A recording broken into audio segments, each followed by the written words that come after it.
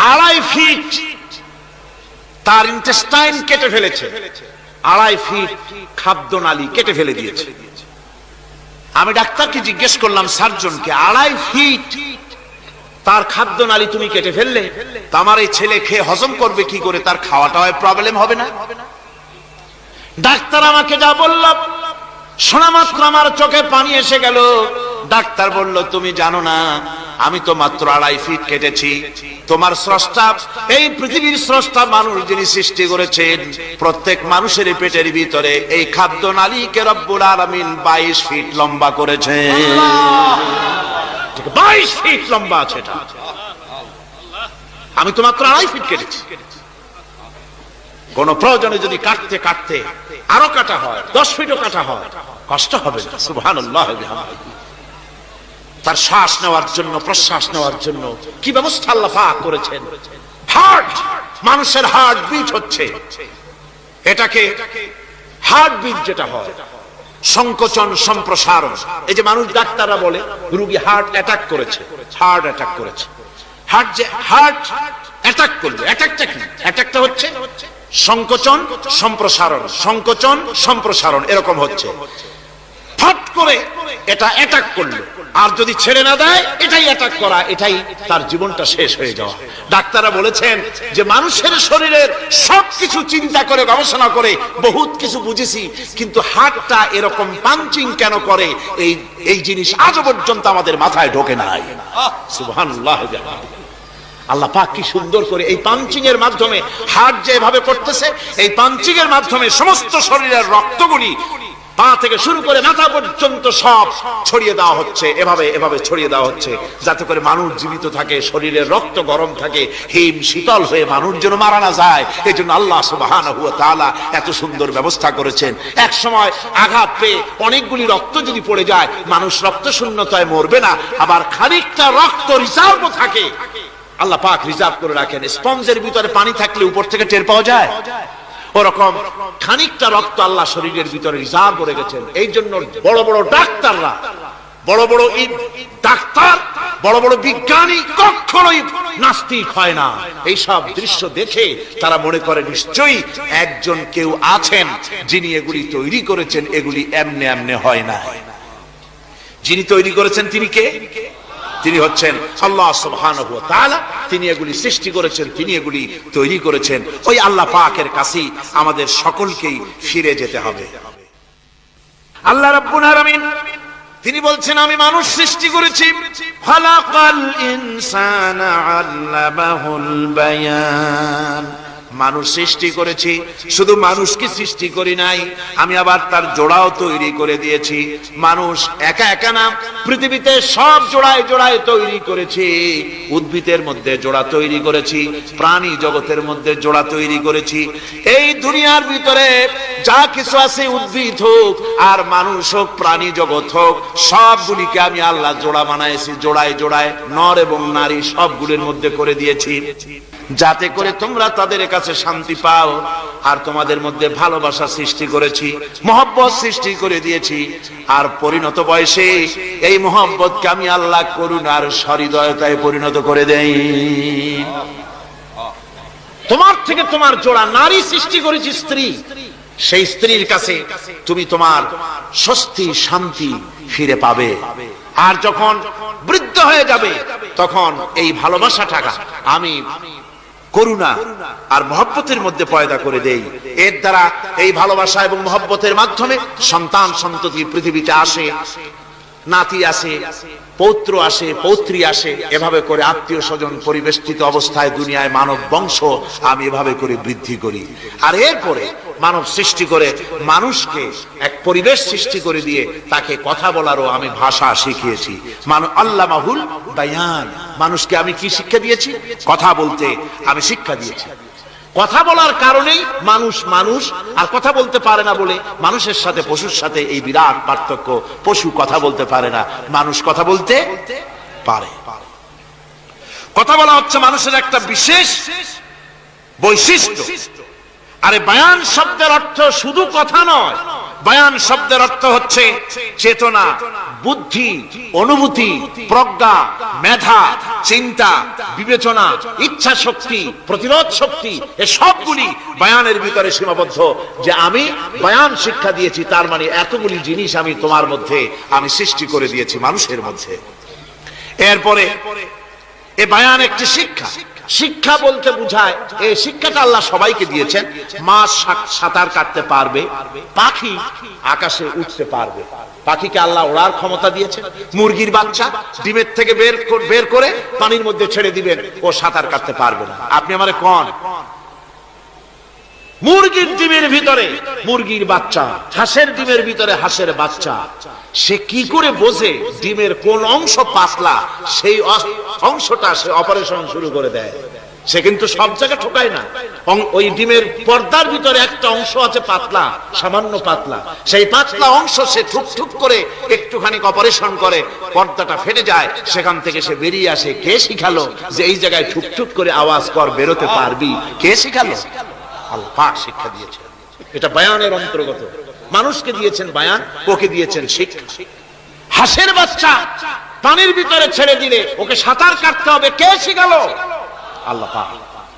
বাতাসে পাখিরা উড়ে বেড়ায় ডানা মেলে। আওয়ালাম ইয়ারাউ ইলা তায়রি সাফাতিন ওয়া ইয়াকবিদনা মা ইউমসিকুহুন্না ইল্লার রহমান। দেখে নাকি তারা পাখিটি কেমন? মেলি দুটি লঘু ডানা, উড়িয়া বেড়ায় শূন্যের পরে নাহি তার কোনো মানা। আবার সে ডানা গুটাইয়া চলে, কিন্তু পরে না তবু। বলকে বা তারে শূন্যে রাখিছে ভিন্ন সে এক প্রভু। প্লেনের মতো, এরোপ্লেনের মতো দেখছেন না পাখিগুলি এরকম এরকম করে ওড়ে।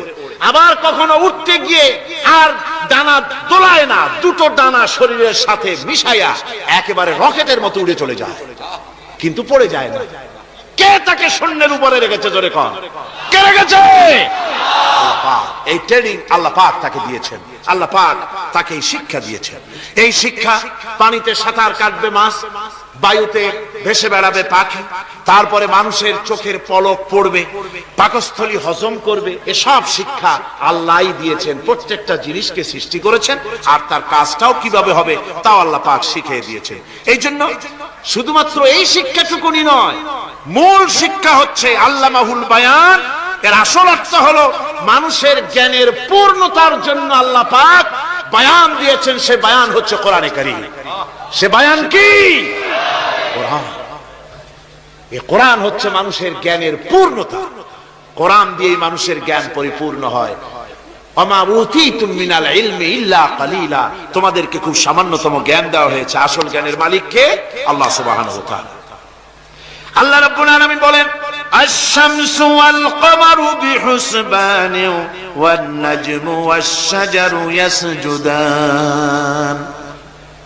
সূর্য এবং চন্দ্র একটা বিরাট একটা হিসাবের অনুসরণে বাধ্য। সূর্য আর চন্দ্র একটা হিসাবের অনুসরণে বাধ্য, এর ব্যতিক্রম হওয়ার কোনো উপায় নাই। সূর্য এবং চন্দ্র তার আপন আপন কক্ষপথে ঘুরবে, ইচ্ছে মাফিক সূর্য চন্দ্র ঘুরতে পারবে না। রাত 12টার সময় সূর্য এসে বলতে পারবে না, বেটা রাত আমি এখন উদিত হব, পারবে? পারবে না। দিনের দুপুরের সময় রাত এসে মাথা চাড়া দিয়ে জাগাতে পারবে না, দিন সরে যা আমি এখন সবটাকে রাত বানায় দেব, পারবে না।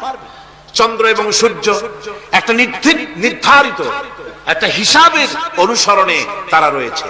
আর এই হিসাবের নিয়ম, কঠোর হিসাবের নিয়মতান্ত্রিকতার ভেতরে থাকার কারণেই মানুষের জন্য চন্দ্র, মাস, বছর ইত্যাদি গণনা মানুষের জন্য আল্লাহ সহজ করে দিয়েছেন। আল্লাহ পাকের নবীর কাছে জিজ্ঞাসা করা হচ্ছে, ওয়ায়াসআলুনাকা আনিল আহিল্লা। ও নবী, আপনাকে প্রশ্ন করা হয় চাঁদ সম্পর্কে।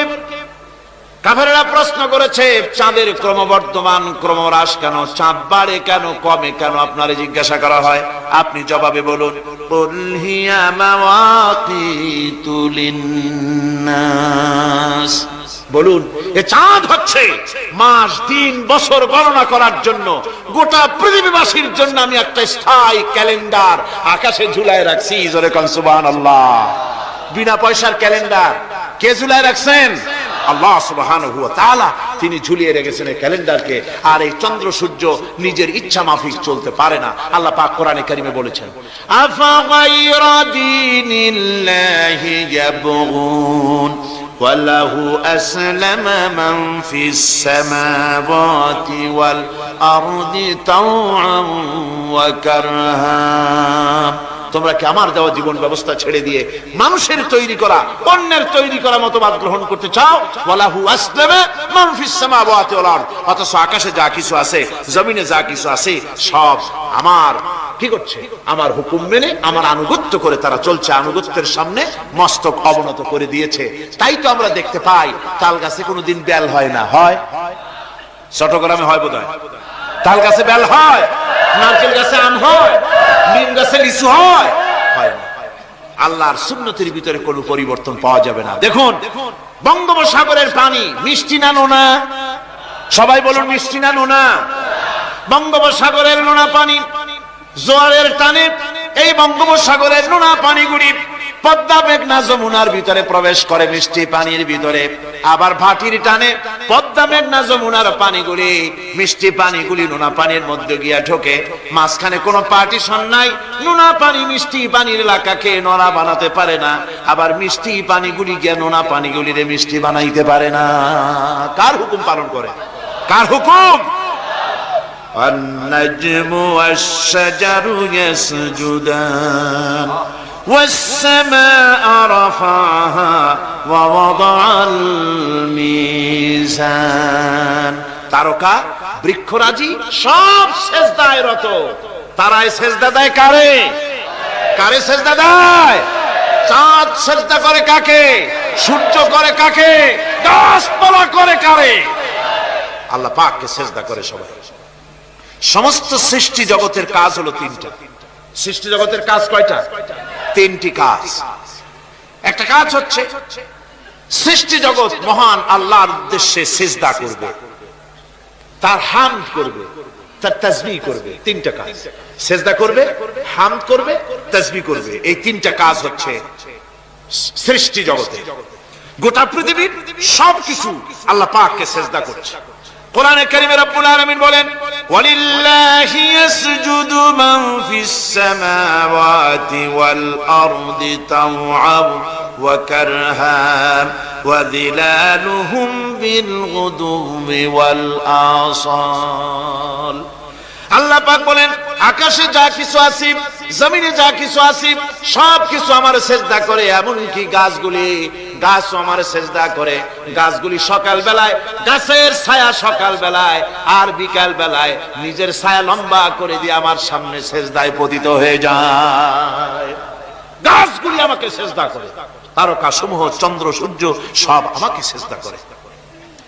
ولله يسجد ما في السماوات وما في الأرض من دابة والملائكة وهم لا يستكبرون।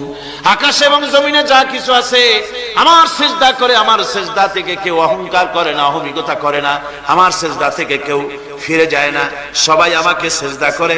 সুতরাং ও মানুষ, আমার দরবারে সিজদায় মাথা নত করে দাও। সবগুলি আমার সামনে সিজদা করতেছে। আলাম তারা আন্নাল্লাহা ইয়াসজুদু লাহু মান ফিস সামাওয়াতি ওয়া মান ফিল আরদ ওয়াশ-শামসু ওয়াল কামারু ওয়ান নুজুমু ওয়াল জিবালু ওয়াশ-শাজারু ওয়াদ-দাওয়াবু ওয়া কাসীরুম মিনান নাস। আল্লাহ পাক বলছেন, আকাশ এবং জমিনে যা আছে সব আমাকে সিজদা করছে। চাঁদে, সূর্যতে, গাছপালায়, পাহাড় পর্বতে সবকিছু, সমস্ত প্রাণী জগৎ পর্যন্ত, চতুষ্পদ জন্তুগুলি পর্যন্ত আমি আল্লাহকে সিজদা করে। সুবহানাল্লাহ, সুবহানাল্লাহ কোন? সব সিজদা আল্লাহর জন্য। সুতরাং আল্লাহ পাককে সিজদা করতে হবে। এই সিজদা দিয়ে ধন্য হচ্ছে সমস্ত সৃষ্টি জগৎ। মানুষ শুধু আল্লাহ পাককে সিজদা করছে না, অনেক মানুষ সিজদা থেকে গাফিল। সেই জন্য গতকালও আমি আপনাদের সামনে বলেছিলাম, আল্লাহকে সিজদা দিবেন, সিজদাই বেশি মজা। সিজদাই যদি না দিতে পারলেন তাহলে দিবেনটা কি? আপনাকে সৃষ্টি করা হয়েছে সিজদার জন্য। মানুষ যেমন সিজদা দিতে পারে নাক দিয়া, কপাল দিয়া, হাত দিয়া, পা দিয়া, হাঁটু দিয়া, মানুষ যেমন সিজদা দিতে পারে, মানে শরীর অঙ্গ প্রত্যঙ্গ দিয়ে, এইভাবে কিন্তু পৃথিবীর অন্য কোনো প্রাণী সেজদা দিতে পারে না। দেখুন না, আপনার বাড়ির একটা বিড়াল অথবা ছাগল অথবা গরু, ওরে নাক আর কপাল দিয়ে মানুষে যেমন সেজদা দেয়, ওই রকম সেজদা দেওয়াতে চেষ্টা করে, চারটা ঠ্যাং নিয়ে উল্টে পড়ে যাবে, সেজদা দিতে পারবে না। সেজদা নাক আর কপাল দিয়ে সেজদার ব্যবস্থা আল্লাহ মানুষের জন্যই করেছেন। সুবহানাল্লাহ বিহামদিহি। বেশি করে আল্লাহ পাককে সেজদা করতে হবে আর তাসবিহ করতে হবে। আল্লাহ পাকের তাসবিহ করবেন কার? ইউসাব্বিহু লিল্লাহি মা ফিস সামাওয়াতি ওয়া মা ফিল আরদ। সাব্বাহা ইউসাব্বিহু তাসবিহান। অতীতে তাসবিহ পড়েছে, বর্তমানে তাসবিহ পড়ছে, ভবিষ্যতেও তাসবিহ পড়বে। আল্লাহ যা আছে আকাশে, যা আছে জমিনে, তাসবিহ পড়বে কার? আল্লাহ পাকের তাসবিহ পড়বে। সুতরাং এই পৃথিবীতে যা আছে সব আল্লাহর তাসবিহ পড়ছে। আমরা বুঝি না, ওদের ভাষা বুঝি না। বাতাস তার শনশন রবে, পানি তার কুলুকুলু নাদে, পাতা পল্লবগুলি তার মরমর রবে, পাখি তার কল কাকলিতে ইত্যাদি যত রকমের শব্দ আমাদের কানে আসে, সমস্ত শব্দের মধ্যে আল্লাহর জিকির হয়, আমরা বুঝি না। কোরআনে কারীম এই কথাটা এভাবে বলছে, وَإِن مِّن شَيْءٍ إِلَّا يُسَبِّحُ بِحَمْدِهِ وَلَكِن لَّا تَفْقَهُونَ تَسْبِيحَهُمْ। যা আছে পৃথিবীতে, আকাশে জমিনে, সব আমার তাসবিহ পড়ে, তোমরা বোঝো না। ওই ফাল্গুন মাসে, চৈত্র মাসে, বসন্তকালে গাছের ডালে ডালে কোকিল বসে ডাকে কুহু কুহু করে, তুমি শোনো কুহু কুহু, আসলে তো কুহু কুহু না, ওরা ডাকে আল্লাহু আল্লাহু।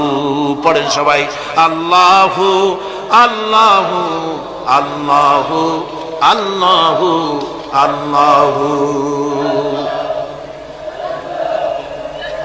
সব কিছু আল্লাহ পাকের জিকির করছেন, আল্লাহর তাসবিহ করছেন।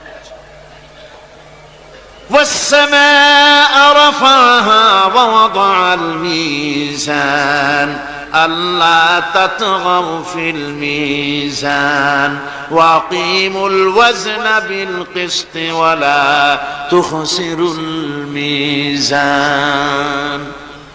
আকাশ মণ্ডলকে তিনি সুউচ্চ করে রেখেছেন এবং মানদণ্ডকে তিনি প্রতিষ্ঠিত করেছেন। সুতরাং মানদণ্ডকে বিপর্যস্ত করো না, মানদণ্ডকে প্রতিষ্ঠিত করো। আর পাল্লার দাড়িকে খবরদার বাঁকা করে দিও না। এই যে মিজান শব্দ আল্লাহ তিনটি আয়াতে, তিন জায়গা আল্লাহ মিজান শব্দ ব্যবহার করলেন। এই মিজান হচ্ছে মানদণ্ড। এই মানদণ্ড কি? সূরা আল হাদীদের মধ্যে আল্লাহ পাক এটা আরো সুন্দর করে এখানে বলেছেন, লাকাদ আরসালনা রুসুলানা বিল বাইয়িনাতি ওয়া আনজালনা মাআহুমুল কিতাবা ওয়াল মিজানা লিয়াকুমান নাসু বিল কিসত।